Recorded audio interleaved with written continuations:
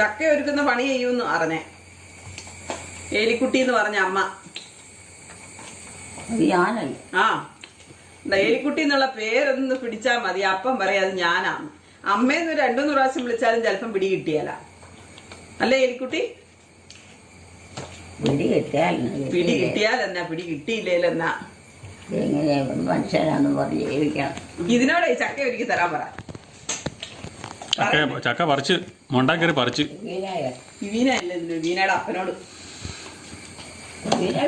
ഇല്ല വിവീന ഇല്ല, വരൂന്ന് പറഞ്ഞേക്കാൻ പറഞ്ഞു. വെള്ളിയാഴ്ച ആശുപത്രിയല്ല, ഹോസ്റ്റലില്ല.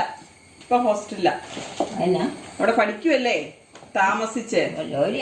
എവിടെ ജോലിയാകാനാമേ? കിടക്കണം.